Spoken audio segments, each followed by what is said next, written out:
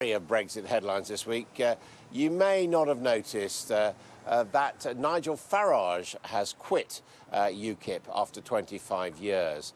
He said the party had become too fixated by the anti-Muslim policies of its leader, Gerard Batten, and he criticised Mr Batten's appointment of Tommy Robinson as an advisor. And Gerard Batten, MEP, is with me now. Welcome to you. Hello. So you prefer Tommy Robinson over Nigel Farage? Well, Nigel obviously hasn't read the manifesto that we published in September because there aren't any anti-Muslim policies in it, and there wouldn't be because we're not anti-Muslim. I think that this is Mr Farage. He tried to engineer a vote of no confidence against me in the MEPs last week. He tried to do that on Sunday in the NEC. He failed dismally both times, and I think this is just sour grapes. He's been looking for an excuse to walk away for two years, and now he's found it.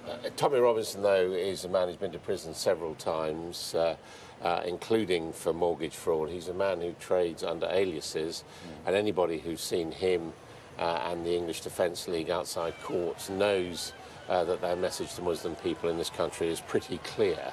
So you are choosing to associate UKIP, the party you and Nigel Farage created, with him, aren't you? First of all, they don't say the EDL don't stand outside courts with him because the EDL doesn't exist anymore. He walked away from that a long time ago when it was overtaken. There. I don't know how old that I think we've seen picture quite is. a lot of EDL there. And if concerning people with criminal convictions, you've got 4 of them sitting over in there in the House of Lords who make laws over us. People have criminal convictions, they then come out of prison, they resume their lives. Are we saying that people then can't do something once they've served their sentence? Now, what I'd really like to talk about is Brexit, because that's far more important. I want to come on to Brexit, but I do want to come on to this because, you know, Nigel Farage is a very well-known public figure, and he has effectively said he has no confidence in your leadership. You're saying he's trying to undermine you. The MEPs haven't said that, and the NEC haven't said that, and the membership haven't said that. No, I understand that. But, you know, I do want to talk a bit more about Mr Robinson because, frankly, he is a dodgy and unpleasant character, isn't he? He isn't unpleasant. You've obviously never met him and interviewed him. Why don't you have him on? I have actually interviewed him. Quite amiable so don't make that allegation. But, you know, what about endangering a trial of people accused of very serious sexual crimes by his misbehaviour outside courts? In the one in Canterbury, he pleaded guilty and he accepted that he'd done the wrong thing.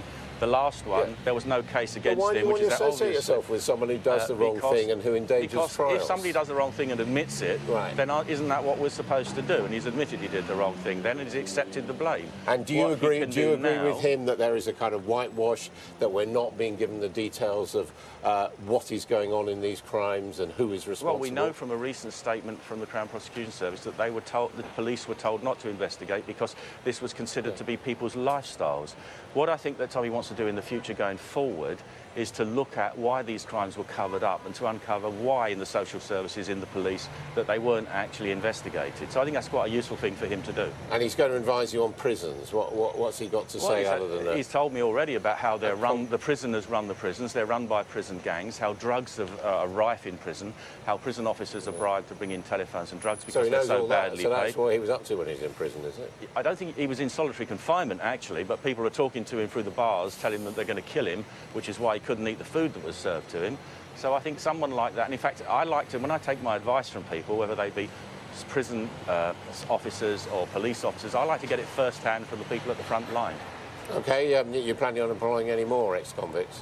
No, not unless the people in the House of Lords are looking for a job. Well, you do have some MEPs in the House of Lords, some members of the House of Lords, sorry, I'm getting confused here.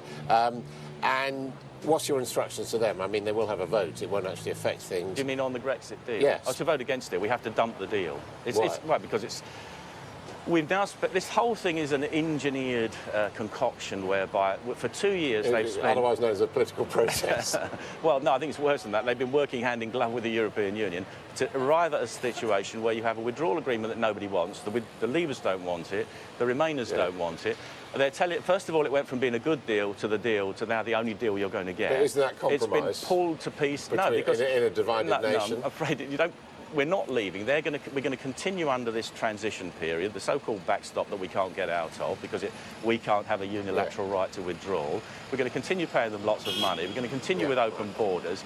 And the whole thing has been concocted so that the political establishment can say, oh, it's far too difficult, we can't leave, so we have to stay in. Yeah, but you're falling into their trap if you vote against the deal, because maybe that will happen. No, maybe the political establishment will assert what is the point? And Britain will remain. What is the point in... That would be a bit of an own goal. What is the point in voting for something where you haven't really left anyway? Well, I've been advocating for 25 years, long before Nigel Farage got on the bandwagon, by the way. It was unilateral, unconditional withdrawal, whereby Parliament takes control of the process and so repeals the 1972 European Community Tax as a first step, tells the European Union we just left. But don't worry, because all EU-derived law remains in place, but we're now going to start amending and repealing it, and we'll tell you how it's going to work in a cooperative and friendly spirit. And what do you think the economic impact of that would be? I think the economy would boom, because I also did a lot of work over those 25 years on the cost of the European Union to our economy. And the biggest cost, and not the money we hand over, is the indirect costs on farming, fishing and over-regulation on business. And Professor Tim Condon, a year or two ago, calculated that was up to 12% of GDP. Now, we could make enormous savings by not being in. We can generate more trade, we can buy cheaper food, but you have to have the Houses of Parliament that actually want to do that to make it work. OK, Gerard Batten, thank you very much indeed. Well, this is all that